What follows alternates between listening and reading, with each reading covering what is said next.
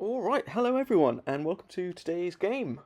I'm Sammy Diamonds, your friendly neighbourhood Age of Empires 2 console player, and we have an absolute treat for you today, um, because we are bringing you the Battle for Europe, the second game in the Battle for Europe series, which is part of the CCL, the Console Conquest League, run by Not Atheist, also known as Fast Castle and Chill, which is a really, really great league. Now, the CCL is a little bit different to your standard free-for-all.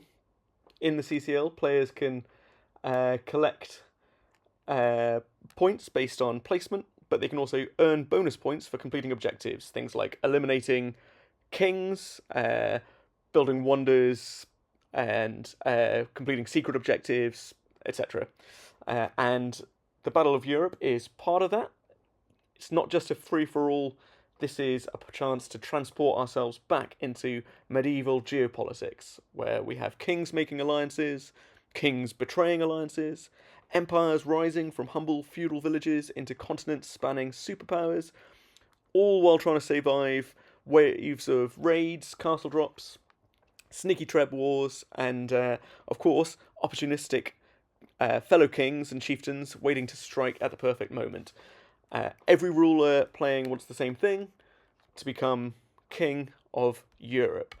Now, it's a regicide game mode, so everyone starts with extra villagers, a castle, and, of course, a king that must stay alive. If your king dies, you're out. Simple as that.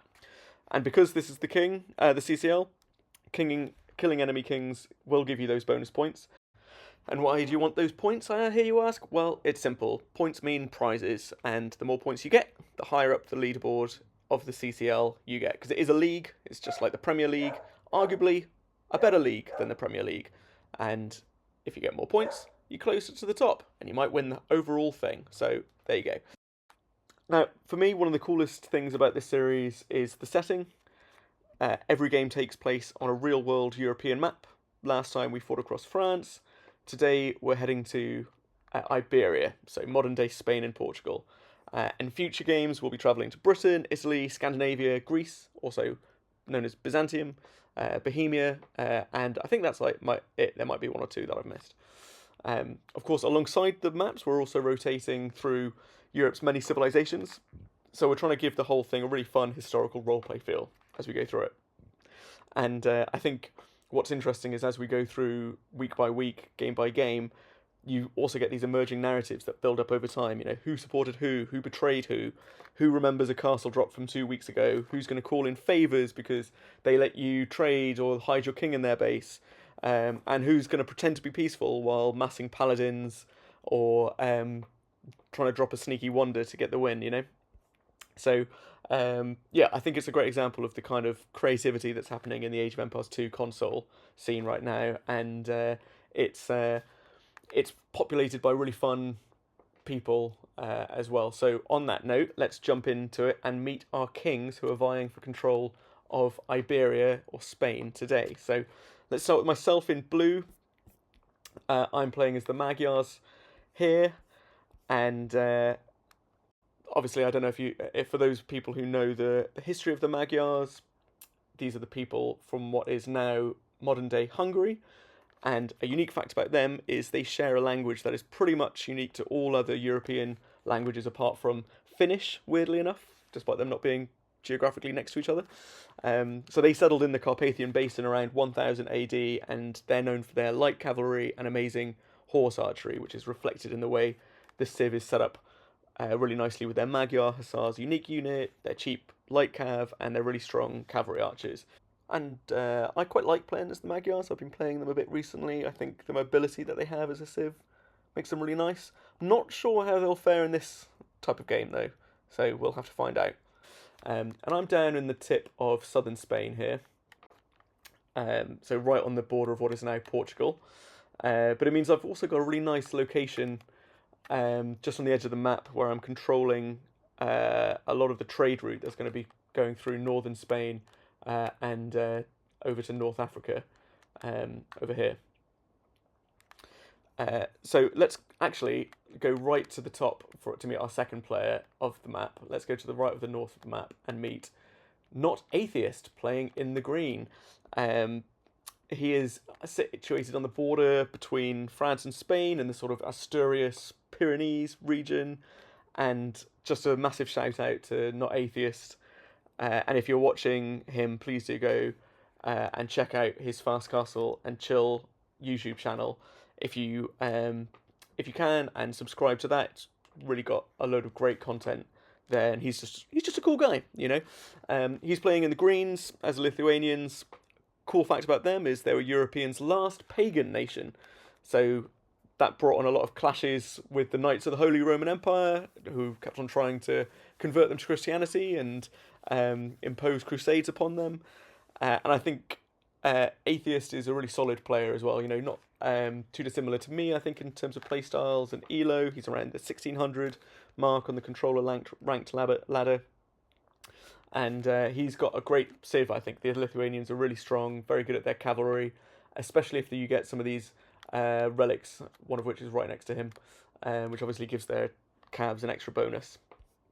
Now, if we drop south a little bit to Ice, playing in the yellow as the Bulgarians.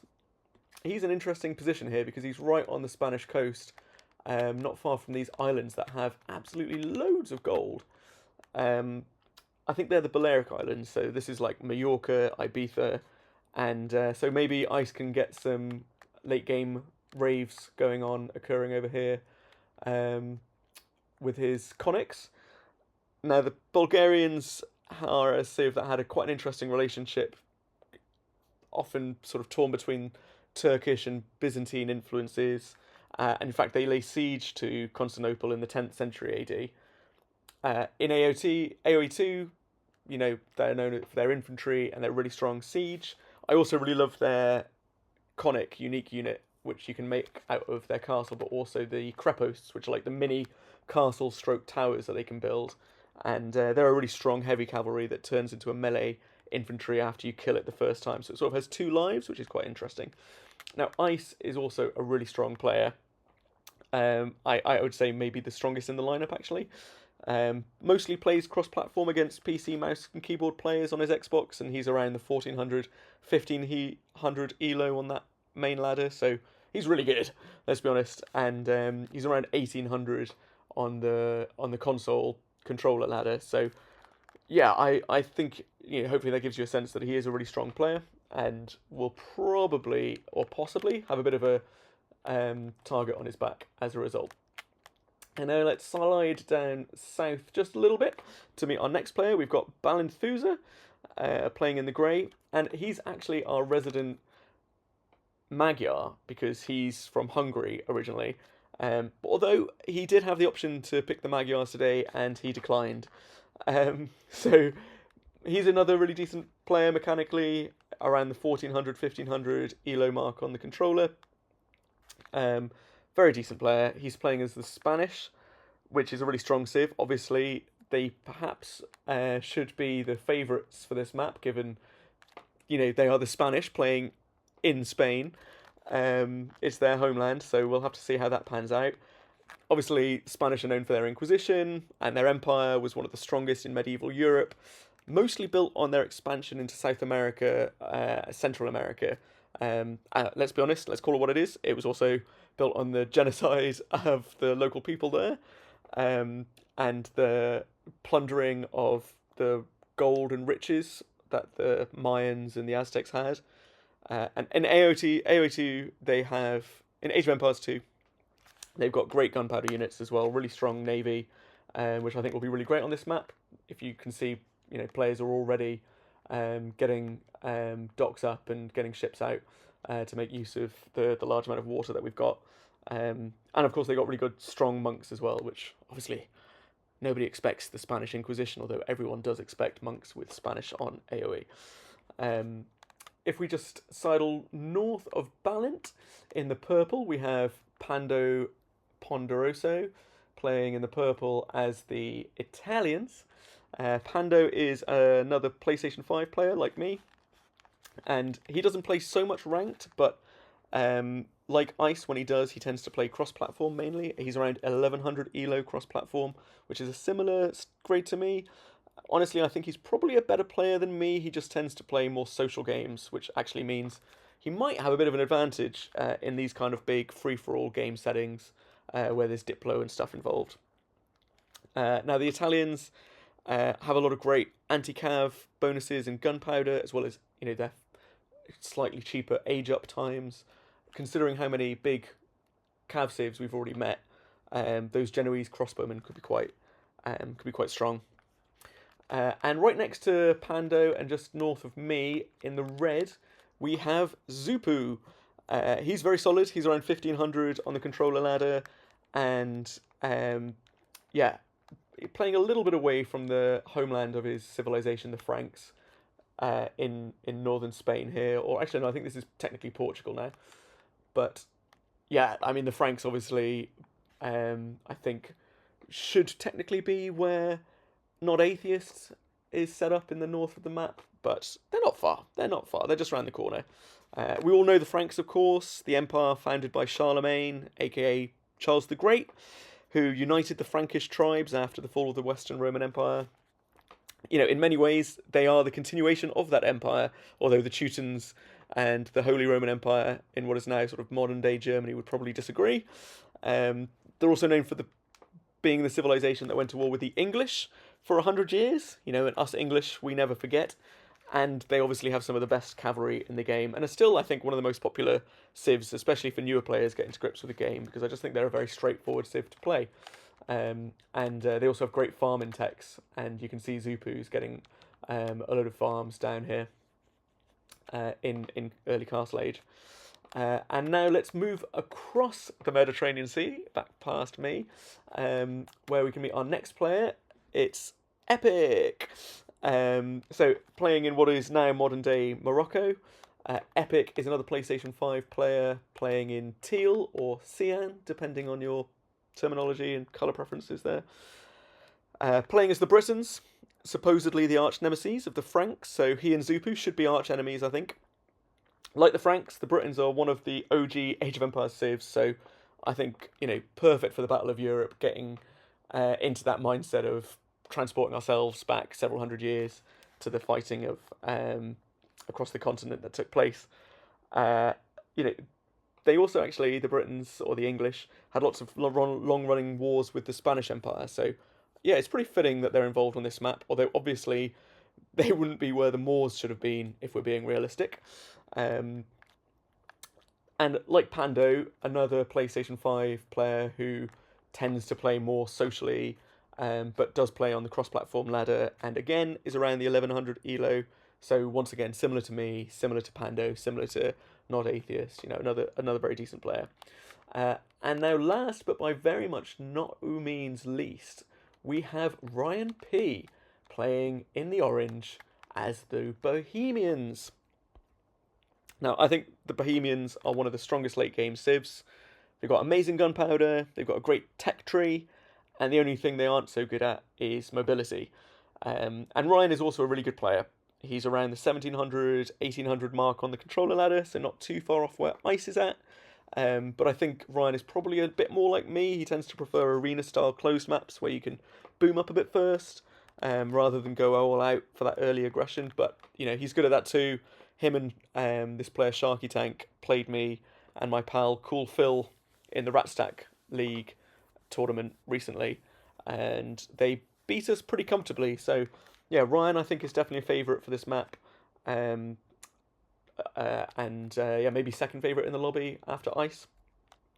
And as we get into it, of course, another thing to be mindful of is that this is a free-for-all game, but it's also a Diplo game. So a lot of this early game is about alliances, booming up, and then getting trade routes running, and doing all of that before we start to think about fighting. And I think slowly you'll see the pressure and intensity starts to build as people get nervous about who's going to make the first move, because there can be advantages to attacking first, but then it can also put a bit of a target on your back. So I think let's slightly fast forward this and just put it on a faster speed for a bit, and we'll slow it down and see what happens when the fighting starts. But yeah, it's all about who's going to make the first move, you know. So we've got Zupu's making stables. I wonder what sort of units he's going to make. He's also dropping lots of stone walls. Interestingly, I think there's going to be a lot of fighting over resources because there's not all that much wood. Certainly not that much wood in North Africa. I feel a bit bad for Epic and Ryan. Ryan's got so many farms. And yeah, you can see the trade cogs going out. Interesting with the more recent patch, trade cogs you can now set to gather wood and gold, or just wood or just gold, which I think is actually really important here because, you know, in a situation where your wood might run out, that's a really nice option to have. As I'm building a castle down here, I was a bit worried about Balint and just wanted to make sure that he didn't come down, but I also wanted to wall off the route for Zupu to attack me. There's a couple of shallows on this river connecting the two of us, so I wanted to make sure that he couldn't just waltz in and start my king, which is obviously hiding in my castle, which is also super close to the river. You know, if someone got a fleet of bombard cannons, he could really take me out there. And I've got some trade routes set up. I've got a trade route set up with not Atheist. Atheist has a load of farms as well, and a lot of resources that he's not yet taken. Nice big chunk of houses, lots of stables going down. Ice is booming, man. Four TCs. He's got a Crepos. He's got a lot of dogs, and look at these flags. He's got some guys in there. Let's go to him. Can we see what's in here? Oh yeah, so lots of galleons. Just galleons, I think. Yeah, okay. See what Pando's doing. Siege workshops, my man. Already. Alright, and a lot of castles with Genoese crossbowmen hidden inside. So yeah, I called it. You know, he's seen how many cav sieves there are, and he's building those Genoese. And Ice's score is yeah, reflective perhaps of his skill, but Balint is doing well. He's really not far behind. He's got a lot of archery range. I guess he'd be thinking about going for hand cannoneers maybe.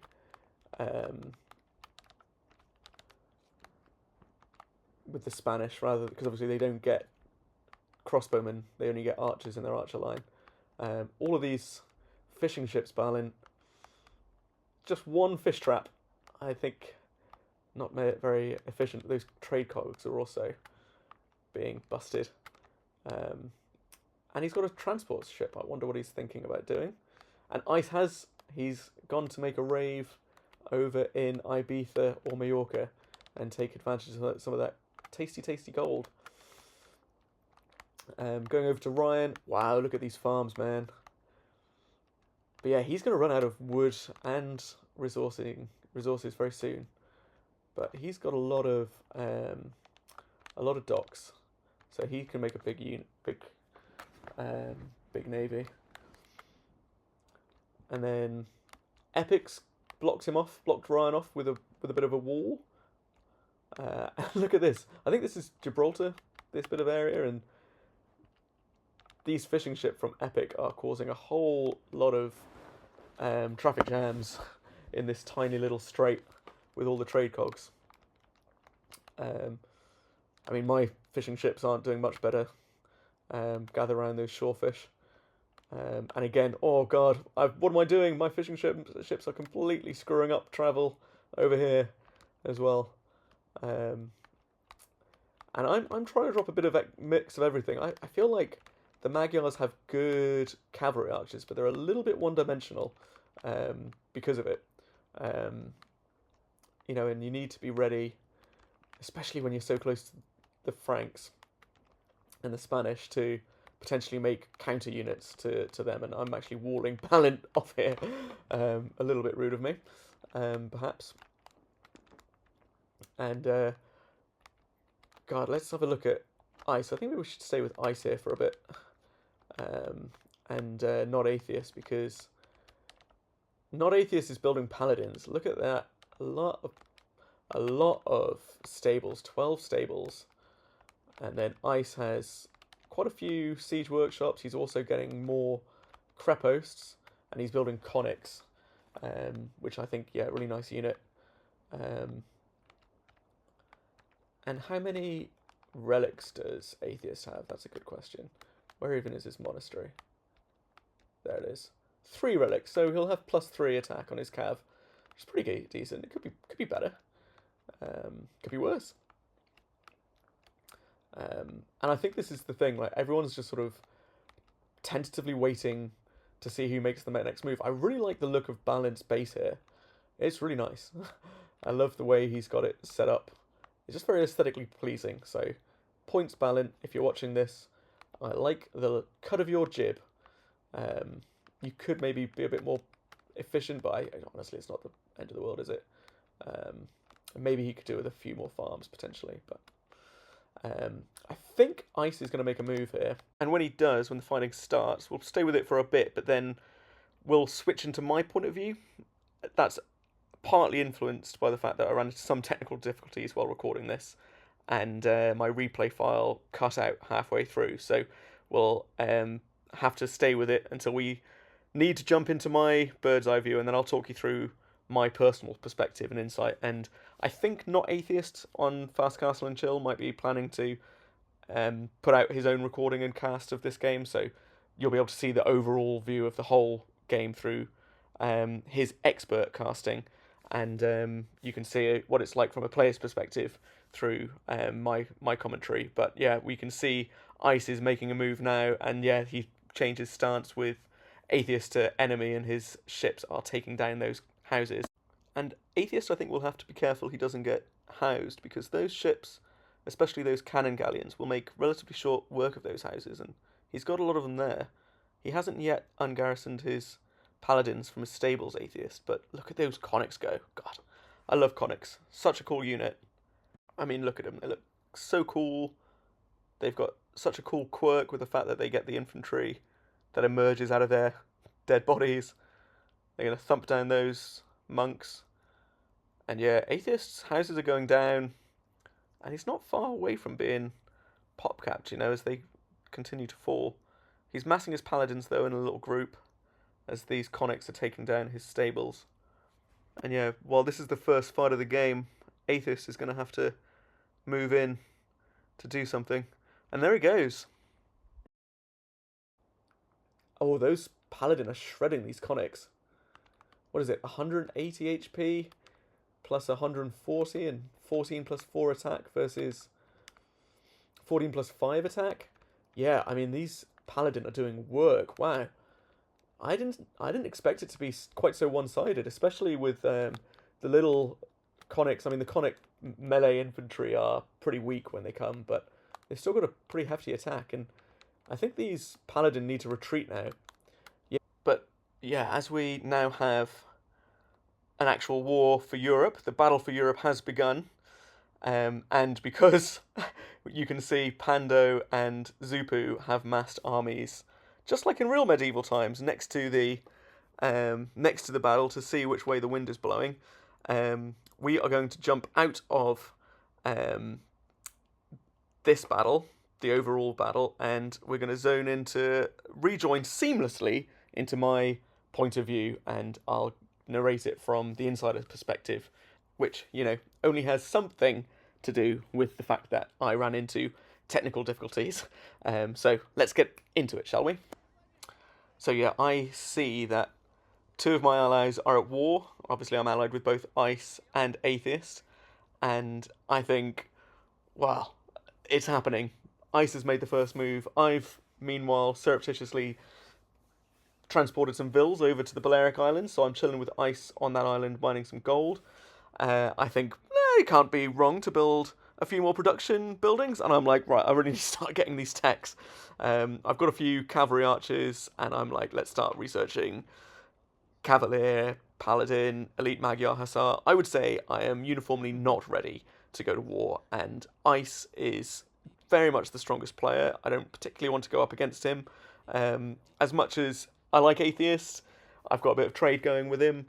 I think if it's just me and Atheist versus Ice, both of us will lose, and it also makes me quite vulnerable because if I'm fighting on the other side of the map, who's to say that one of my neighbours, so Zupu, Pandaroso, or Balint, won't just turn on me, see that I'm engaged elsewhere, and snipe my king or attack me. But it's very much getting ready for war at this point, and I'm thinking, let's drop some siege workshops, and just be ready for all eventualities. It's war at the end of the day, and war is scary and unpredictable, and you have to be strategic. As I decide to build a dock to try and block off that route in between those islands. I'm realizing I've got a lot of idle villagers and thinking what to do with them. At this point, I'm really just trying to get basically post-imp so that I've got all text researched. I mean, look at the resources I'm floating. 10k gold, 7k food, almost 8k wood. No stone. I could definitely do with more castles. I think, watching this back, I probably should have built far more castles and just sold that gold to really make a much stronger position. I mean, Pando's looks great. You got a quick glimpse of it there. I also think Navy's going to be really important in this game. Looking at Ice's Navy, so I just think let's just drop loads of docks. I've got to be honest, the Magyar Navy doesn't fill me with joy. It's not that great, but beggars can't be choosers. I've got to work with what I've got, and at this point, I think Atheist is in some real trouble. But I'm also thinking I am on Ice's Island. I could drop a castle next to his TC and next to his villages, and I could attack him. This is an opportunity, if it is going to be a 2v1, or if it is going to be multiple players versus Ice, to get him out of the game. But he would be very difficult. I also think about dropping a tower next to Balint and think better of it. And then I realised that Pando and Zupu have attacked Ice. And I think, wow, okay, so that is now 3v1 against Ice, the strongest player in the game. And this is a real chance to get rid of him. So I do go for my plan. I build that castle on Ibiza, a monument to medieval raves. Start building some siege, and I start sending my cav archers towards Ice. Rewatching this, I feel a little bit bad that Ice had so many players to beat at this point. But this is what I meant when I said at the beginning of the cast. If you're the person who makes the first move, you put such a target on your back. I'm gonna change diplomacy with Ice to enemy and start taking out this wood line, and those villages are going to go down pretty quickly. And Ice, I think at this moment, is saying in voice chat, "Oh damn, Sammy's turn now. I got Pando, I've got Theist, I've got Zupu and Sammy all attacking me. It's a 4v1, and nobody's really coming to help him. I guess Balint could, but I think Balint's playing a really nice game, just very sensible, making a fortified base, and Ice hasn't really had much to do with this navy. He's got a massive one, and yet Atheist doesn't really have a navy. Pando's navy is all the way on the other side of the map, and this is the first time I think that he's got an excuse to use it. I guess that maybe a strategic error to build such a big navy and then attack an opponent on land who didn't have a navy. As my cav archers come in, and this is a really tasty position for them to snipe down villages. I mean, the castle that I built goes down almost immediately because Ice's cannon galleons wreck, and his navy his armada, I should say, is coming through Spain. Does that make it a Spanish armada towards me? I see those onagers trying to take out my cav archers, and I say, "Not today, onagers, not today." Do take a slight hit, but it's not too bad, and those Genoese crossbowmen from Pando are also doing damage. Zupu's Paladin are looking pretty nice. Not attacking yet, but they're going to run in. Those crossbowmen go down because Pando's bombard cannons absolutely destroy them. And yeah, these Magyar cav archers with the unique tech that gives them extra armor, their fast firing rates, it's just a really nice death ball. And I think, right, I see this navy slowly coming towards me, and I think I've got to build some ships. Um, he's going to do some serious damage to me because I have no protection whatsoever on the seas. On the high seas, as I send my cav archers back in, I'm just thinking, I can completely outmaneuver his two-handed swordsman there. And, 4v1 feels pretty much like it's ours to lose at this point. Balint has now overtaken him in the score lead. And poor Iceman, yeah, he's thinking, what has happened here? I was just supposed to take out Atheist. Suddenly I've got all of Spain on my back. But he's going to do some damage. I mean, I just build loads of fire ships. They're going to go down pretty quickly, but they will do some damage to his navy. And I don't mind too much at this point, like his navy isn't a game winner at this point, and I can just rebuild the docks that he shot down. His TC is killing my villagers that are getting that stone, but I have over 10k stone, 10k gold, sorry, and he hasn't got any villagers on these farms, and I think I can just plant my cav near his barracks in case any of those infantry do go out. And then I clock these transport ships from Epic bringing a massive army over to my base, and I must say I'm a little bit skeptical of this, and I think surely Epic, the PlayStation 5 player, my PlayStation 5 comrade, wouldn't be trying to sneak in and snipe me in the back, would he? So I do ask him, I say, where are you going with those, Epic? And he says, I'm just going over to see my pal Pando Ponderoso, our other PlayStation 5 friend. And I think, okay, I'll let you go for that for now.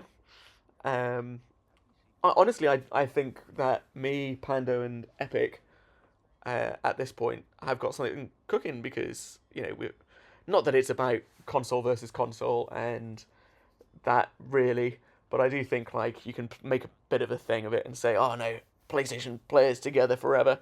In the last Battle for Europe game, it was me, Pando, and King Ozaki. Now, King Ozaki is an Xbox player, a very good Xbox player, and we were ride or dies. I think the whole point of this game really is picking your ride or dies, or at least your rides until it's time for one of you to die.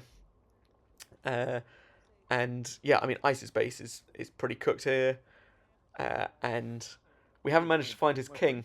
Is the only thing, which means he's still in it, and potentially with a chance to win it.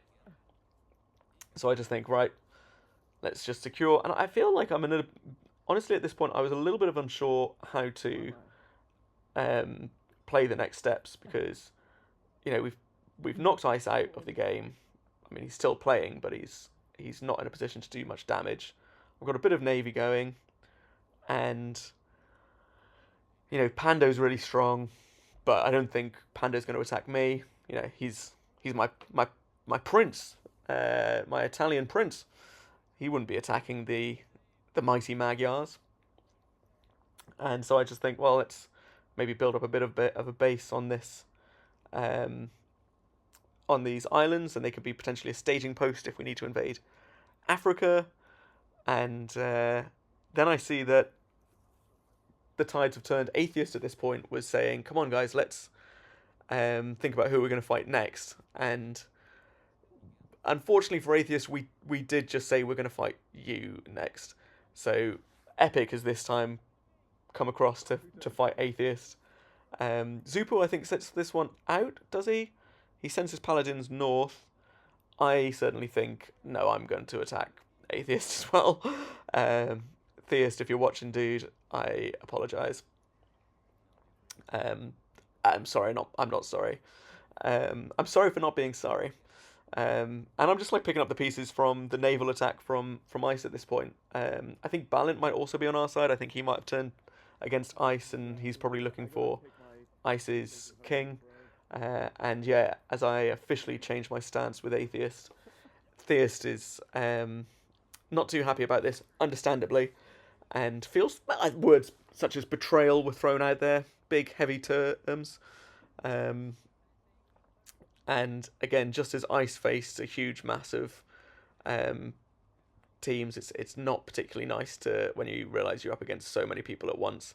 And there's got to be something about forming alliances. I think it was difficult for Theus in this one because usually I think your allies are the people close to you, and Ice was one of his guys next to him, and Pando was the other guy next to him, and again, historical battles fought between the mighty King Pando Ponderoso and the epic legendary king, not a theist, have meant that there's bad blood between the two civilizations, and in this case, the Italians and the Lithuanians, they're not going to be able to figure it out.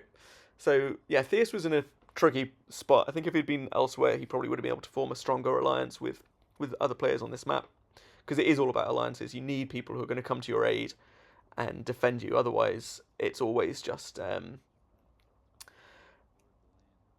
you're into a hiding for nothing when you're up against 4 or 5 other players. It's really, really difficult.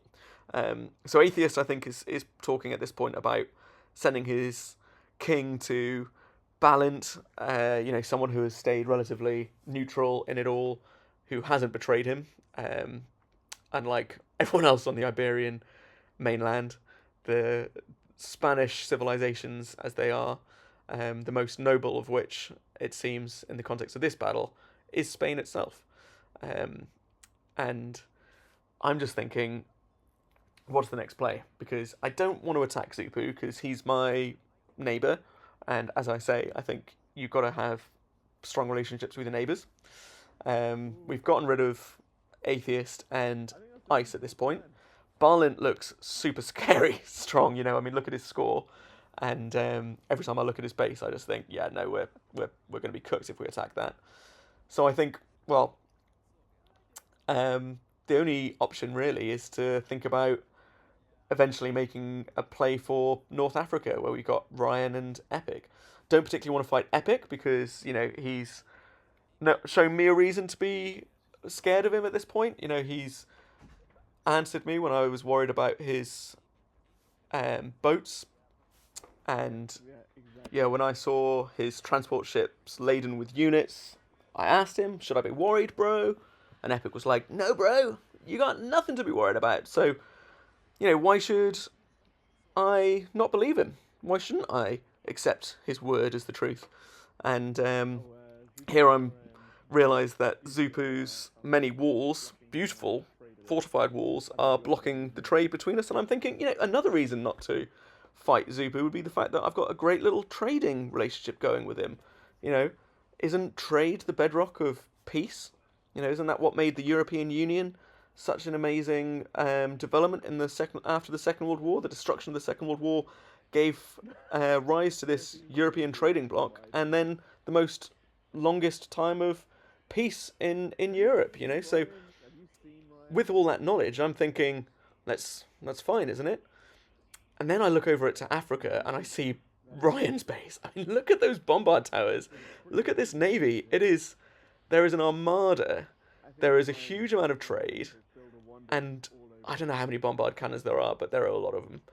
And I'm like, he's getting ready for a wonder. You can just tell, right? Like, he is turtled up. He's not going aggressive. And the Bohemians, they're such a good civ for turtling because they have such amazing cannons, such long-range, powerful cannons.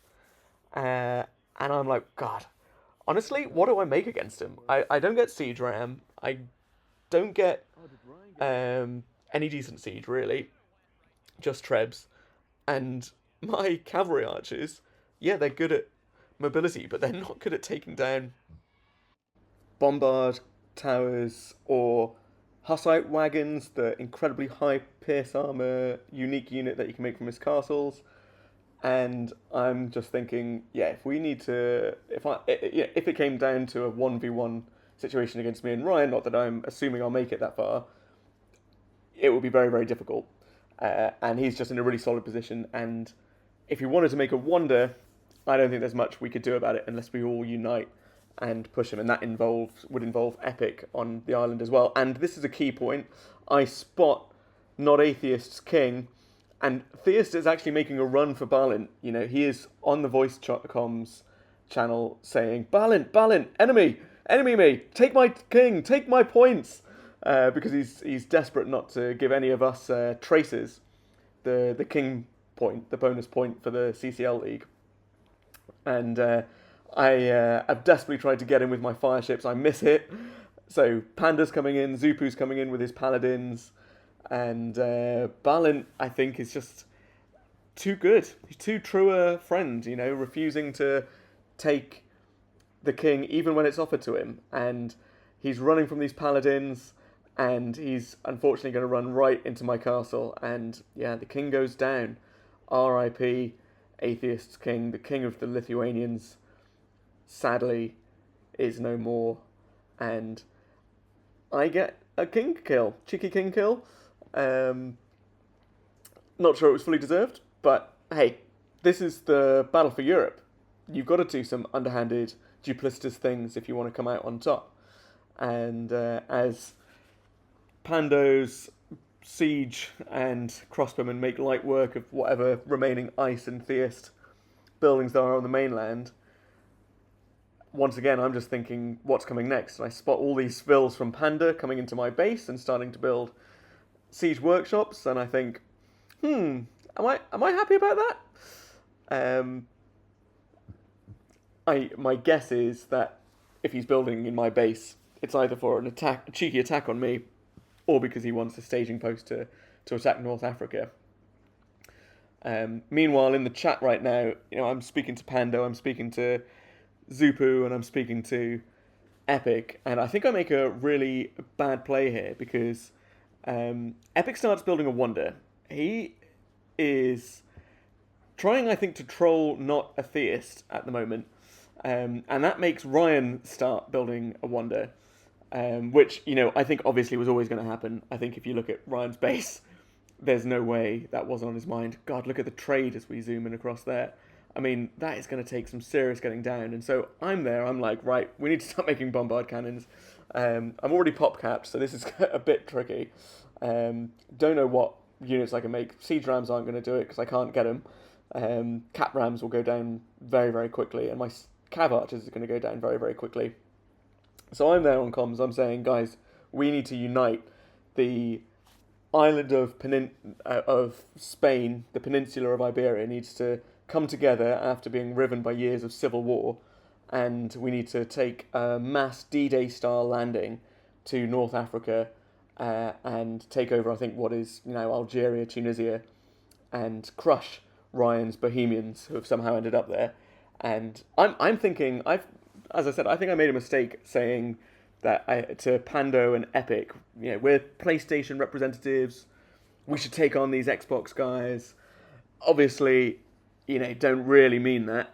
You know, I think it's very tongue-in-cheek, that proposal, but I will explain why in a moment, why that turns out to be a bad idea. But I turn on Ryan, and I say to the guys, come on, let's fight. We can use Epic's base as a staging post, and if we need to, we can land units in on his side of North Africa and use it to stem across to Ryan's base. And here I am deleting vills wherever I can just to free up population space. I do have some trebs that I made earlier, for those of you who grew up watching Blue Peter, as I did, or Art Attack, you'll know that reference. I have a bit of a straggly navy. Fortunately, Balin has picked up a really nice one, and has those wonderful Spanish cannon galleons with super fast firing rate and velocity. And I've got a couple of transport ships that will be great for me, just rocking my cavalry archers over there. Again, I don't want to send them onto a complete suicide mission and just charge them into the bombard cannons where they'll die instantly. So I'm thinking, I'll land them sort of in the demilitarized zone, the North Korea area, um, between Epic and Ryan, and just set them up in between his trade and on the edge of his wood lines, just to stop Ryan getting any more economy and putting him in a position where he basically just has to last for the 300 plus years to get his wonder victory, which it should be said gets you a ton of extra bonus points in the CCL. So very good money if you can get it. Um, and at the same time, Pando's in my ear saying, "Look, I've got this. I've got 30 almost bombard cannons. They're going to make short work of Ryan's base." And Ryan, I think at this time, is giving it a bit of that. It's like, you can't do it. No, I've got it. Look at my towers. Look at my base. There's no way you can beat me. Look at my glorious Bohemian armada. And I should have clocked that Epic hadn't turned on Ryan, and is moving. I think he's moving his units down into my base because he wants transports across to North Africa so he can, deny the Wonder victory. Because it should be noted, right? Ryan is currently, third from bottom. He is not, by score at least, in a position to win this game. And yet, if he gets a Wonder victory, he beats all of us. And that really shouldn't be happening when there are 6 players still in the game. So I drop my transports next to my trebuchets and this absolute mass of Pando, Poderosos, bombard cannons. I think he's got 25. I've got 10 trebuchets, another 8 in queue. I might actually have already made a couple, so I could have 20 trebs on the islet of North Africa in, the best part of a jiffy, as we say here in England. And I'm feeling pretty confident about the position. I think there's so much time left on the Wonder. If me, Pando, Epic, Zupu, and Balint are fighting Ryan, then there's no chance. I mean, Balint is doing absolute God's work fighting Ryan's navy and pushing him back, and is going to start taking out those coastal sea defences. My Trebs land, the bombard cannons land, and suddenly I hear this shriek from Pando saying, "Zupu, what's going on?" And Zupu talking about how he can't let the PlayStation Alliance win.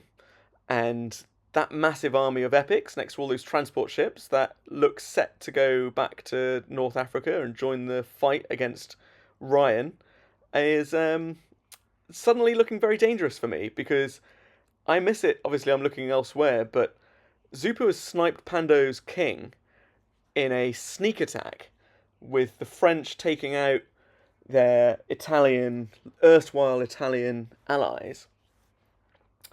And suddenly that massive horde of French paladins is coming into my base. And I'm saying to Zupu, like, you wouldn't be attacking me, would you, bro? You wouldn't be coming that way with that massive army. And Epic suddenly is no longer interested in taking out Ryan. I mean, look at this horde of units. That I'm thinking, if we get given time, we'll take out Ryan even without Pando. But I'm not going to be given time, because Epic is about to switch on me, and he does so. I've got no units back on the mainland. I quickly change him to ally. Note how I keep Zupu as an ally and only enemy Epic, because Zupu's always been pretty straight-laced, but Epic, I thought we had a thing. And he's going to take out my castle. That's why I should have built up stronger fortifications, so it's not just the single castle. I'm still trying to take out Ryan's base, and I'm saying, guys, stop. We can beat Ryan. We can do this. My king ejects and goes down to a longbowman. Oh, ouch. The king of the Magyars is dead. And Zupu, in his credit, he immediately turns on Epic. He's like, I was going to turn on Sammy. I did turn on him, but actually I turned him back to ally, and he takes out Epic's army here. So it's quite an interesting play strategically. I think Zupu was probably thinking he's so far away, based in where he is in the Spanish peninsula, like the opposite corner of the map from Ryan. It's going to take him so long to get over there that the wonder's going to complete. And so he's thinking, well, I might as well just get as many points on the board, which makes sense, right? You know, like he takes out Pando's king, he's going to come and try and snipe mine. But then he sees Epic's sniped mine, and he thinks, I will avenge you, Sammy, and immediately turns on Epic.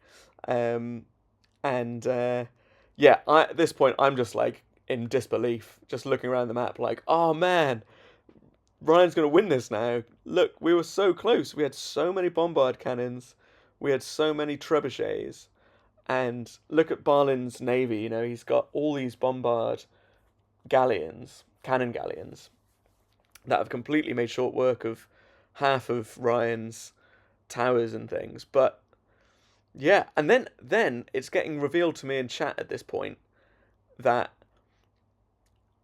Epic, right at the start of the game, had sent his personal king all the way across from Morocco to Algeria, and it was just chilling in Ryan's base the whole time. He'd sent it as a sort of sacrificial lamb or a show of true allegiance. So I should never have trusted Epic's words of friendship. And it's a masterful little, you know, battle for Europe bit of tactical play, I think, because yeah, he's forged this alliance with Ryan, and is, I guess, looking to get the 1-2 with him. The thing is that, you know, in case of wonder victories, placements go to people with a higher score, and at this point, Balint has 34,000, and Epic's got 20, Zupu's got 27,000, and you know, it's going to be very difficult for him to climb up the ladder. I think if Balint and Zupu work together here, it can be done. I think they need to communicate, but they're two, you know, I would describe them as cool, calm, collected cucumbers. You know, they have their strategy, they know what they're doing, they're good, they're very, very solid players mechanically. But in these free-for-all Diplo games, there just needs to be a little bit of communication. And, you know, Epic's attacking Balint. I mean, those halbards and arbalesters are not going to do too much against those thick fortified walls, but Balint is sending a lot of skirmishers to their deaths right now. I guess his waypoints aren't quite fixed, but it's really difficult. You know, any of you watching will have been in these situations where you're focused on so many different things. You're desperately trying to think about Ryan's Wonder, which is slowly ticking down. You know, you've got Not Atheist on the comms saying 176 years. You're getting attacked by Epic, who's a very decent player, and you've got to think about coordinating with Zupu, who has just taken out Pando, and you've got to say, bring all of your army to my base, Zupu. I will transport you across so you can attack. Meanwhile, my Cav have been actually killing a lot of Epic soldiers, but they're on stand ground, and that they are outranged by the longbowmen, which takes some of them out. And then these Halbs come in, and they're going to finish the job. The last stand of the Magyars. Oh, a moment of silence for the Magyars. But those Trebs have done work, you know, like, they've taken out so much of Ryan's base, and I've not even been in the game. And look at that Wonder. I've not seen a Bohemian Wonder before this game, and of course, it does look a bit phallic, I can't lie, but it's very cool. I think it's a trendy Wonder. Props to the devs. I can't work out what that sort of poster or hanging flag on the side is, but yeah, it's just cool, isn't it? And now Epic's bringing soldiers across to reinforce the Wonder. That's how much he's invested in Ryan's success here, and it's going to be a last stand for these guys. Although look at that, he just massacres his own Halbs to, I guess, get more population space and create stronger units. And Balint, I think, and Zupu, if they were able to communicate a little, I think they could stage a last minute push, but it's a really delicately poised situation, and it's one that could go either way, in my opinion. Unfortunately, however, you're not going to be able to find out which way the cookie crumbles, because, as I mentioned at the start of this video, I ran into a cacophony of technical difficulties while streaming and then trying to watch this recording back.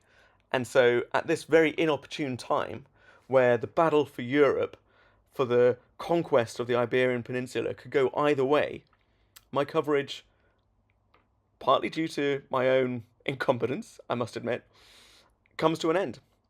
And so, if you want to continue watching, which I think you should, if you want to find out the conclusion to this epic story, then you need to head over to Fast Castle and Chill, the YouTube channel for our very own Not a Theist, one of the excellent kings in the Battle of Europe, and check it out because he's almost certainly going to upload a video of this. He posts coverage of all the CCL games, which he runs. It's his baby.